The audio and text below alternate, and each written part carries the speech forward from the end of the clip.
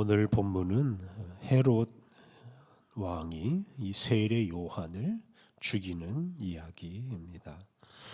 오늘 본문에 나오는 헤롯은 예수님이 태어날 당시의 왕인 헤롯 대왕의 아들 헤롯 안티파스입니다.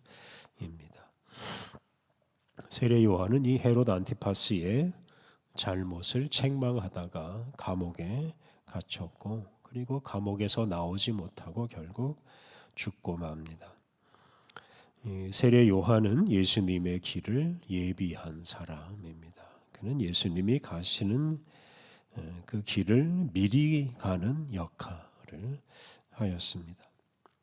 세례 요한이 붙잡혀서 감옥에 갇히고 죽었는데 예수님도 그와 같은 길을 가십니다. 그래서 세례 요한은 단지 예수님이 오실 길을 준비한 것이 아니라 그의 죽음으로 예수님의 죽음을 예고합니다. 오늘 본문이 바로 그와 관련된 말씀입니다. 1절과 2절 말씀, 그때에 분봉왕 헤롯이 예수의 소문을 듣고 그 신하들에게 이르되 이는 세례 요한이라 그가 죽은 자 가운데서 살아났으니 그러므로 이런 능력이 그 속에서 역사하는도다 하더라. 이 구절에서 그때는 헤롯이 세례 요한을 죽인 직후입니다. 오늘 본문 3절 이하에 헤롯이 세례 요한을 죽이는 이야기가 나옵니다. 헤롯은 예수님에 대한 소문을 듣고 예수님이 곧 세례 요한이라고 생각했습니다. 죽은 세례 요한이 살아나서 예수님의 모습으로 활동한다라고 생각한 것입니다. 헤롯은 세례 요한을 죽인 후에 불안했을 것입니다. 죄를 지은 사람은 세례 요한이 아니라 헤롯 자신인데 그런 죄인이 의인인 세례 요한을 죽였으니 이 헤롯이 불안할 수밖에 없었습니다.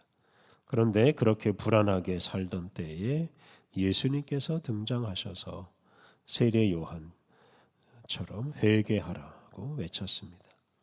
이 때문에 헤롯은 예수님을 보고 죽은 세례 요한이 살아난 것이라고 생각한 것입니다. 3절 이하에 전에 헤롯이 세례 요한을 죽인 이야기가 나옵니다. 3절과 4절, 전에 헤롯이 그 동생 빌립의 아내 헤로디아의 일로 요한을 잡아 결박하여 옥에 가두었으니 이는 요한이 헤롯에게 말하되 당신이 그 여자를 차지한 것이 옳지 않다 하였습니다. 헤롯은 자신의 동생인 빌립의 아내 헤로디아를 빼앗아서 자기 아내로 삼았습니다. 세례 요한은 그런 헤롯을 책망하였습니다. 헤롯이 동생의 아내를 빼앗았으니 책망을 받아서 마땅합니다. 그런데 헤롯은 잘못을 저지르고서도 회개는 하지 않고 오히려 자신을 책망하는 세례 요한을 잡아 결박해서 감옥에 가두었습니다. 그리고 세례 요한을 죽이려고 합니다. 5절, 헤롯이 요한을 죽이려 하되 무리가 그를 선지자로 여김으로 그들을 두려워하더니 헤롯이 요한을 당장 죽이고 싶었지만 많은 사람들이 요한을 선지자로 여기고 존중하였기 때문에 함부로 죽일 수가 없었습니다. 헤롯은 사람들의 눈치를 보면서 이 세례 요한을 죽일 기회를 찾고 있었습니다. 그러다 드디어 세례 요한을 죽일 기회가 옵니다. 6절부터 8절 말씀, 마침 헤롯의 생일이 되어 헤로디아의 딸이 연석 가운데서 춤을 추어 헤롯을 기쁘게 하니 헤롯이 맹세로 그에게 무엇이든지 달라는 대로 주겠다고 약속하거늘 그가 제 어머니의 시킴을 듣고 이르되 세례 요한의 머리를 소반에 얹어 여기서 내게 주소서 하니 헤롯이 생일 잔치를 하였는데 그때 헤롯의 아내 헤로디아의 딸이 헤롯을 위해 춤을 추어서 헤롯을 기쁘게 해 주었습니다.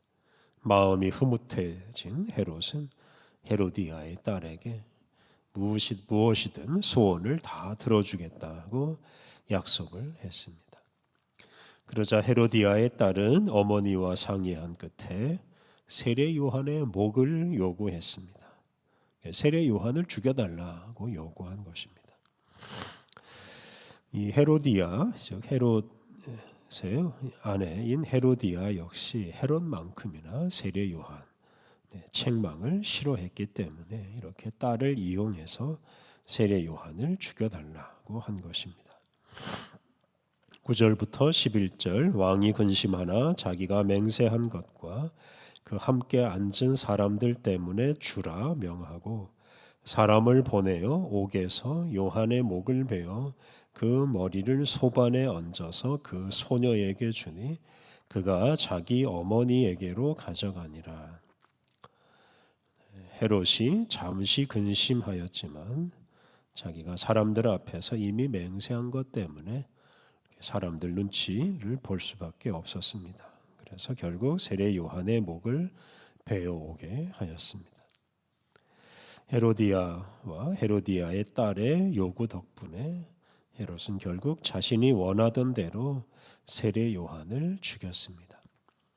헤롯과 헤로디아, 헤로디아의 딸 이렇게 셋이 공모해서 세례 요한을 죽인 것이나 마찬가지입니다. 만약 세례 요한을 살려두면 세례 요한이 헤롯과 헤로디아를 계속 비난할 것이고 그렇게 되면 왕의 권위가 추락할 것입니다. 그러면 나라를 제대로 다스리지 못할 수도 있습니다. 그것 때문에 헤롯은 세례 요한을 죽였습니다. 이렇게 헤롯은 죄를 책망받고서도 회개하기보다는 자신의 통치를 위태롭게 할 위험이 있기 때문에 세례 요한을 죽이고 말았습니다. 12절 요한의 제자들이 와서 시체를 가져다가 장사하고 가서 예수께 아뢰니라. 요한의 제자들이 요한의 시체를 가져다가 장례를 치르고 이 일을 예수님께 아뢰었습니다. 세례 요한의 제자들이 예수님께 이 사실을 아뢰는 이유를 정확하게 알 수는 없습니다만 예수님과 세례 요한의 관계가 아주 깊었다는 것을 추정할 수 있습니다.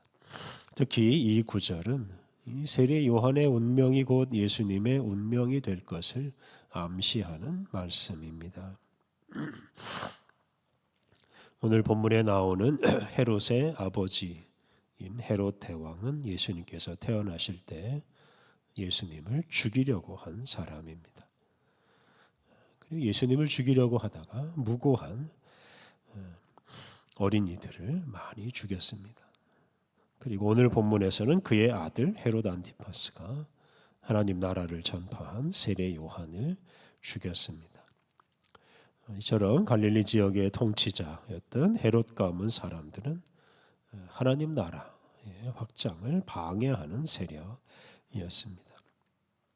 특히 세례 요한을 죽인 헤롯 안티파스는 예수님을 세례 요한으로 여겼습니다.